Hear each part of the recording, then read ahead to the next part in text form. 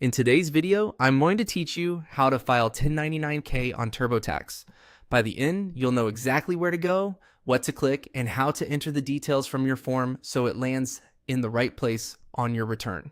First, open your TurboTax return and head to the income area. Hover over income to expand the options so you can find what you need.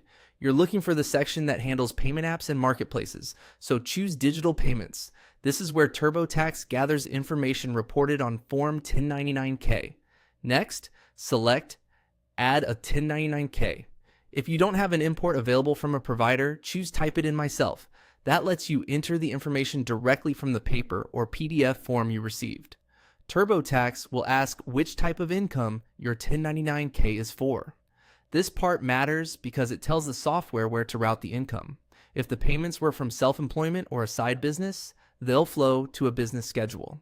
If they were from casual personal sales or another category, TurboTax treats them differently. Select the option that best matches what the payments represent based on how you actually earned the money. After you choose the category, click Continue. Now, you'll enter the details from the form itself. Start with who issued the form. This is the payment settlement entity or platform listed at the top of your 1099-K. Type the name exactly as it appears. Put matches IRS records. Enter the filer's federal ID number shown on the form.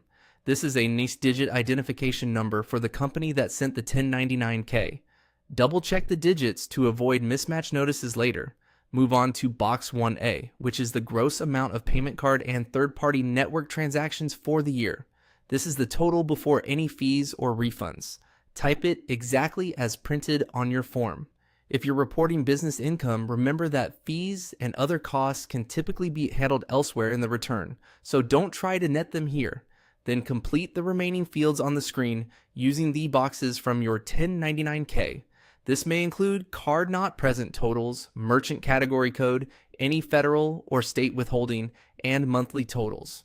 If a box on your form is blank, you can leave it blank in TurboTax. If there is withholding shown, make sure you enter it precisely so credits apply correctly.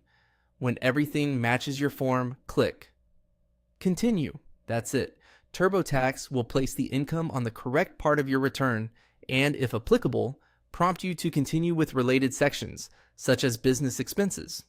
Review your entries before filing and keep your 1099-K with your tax records.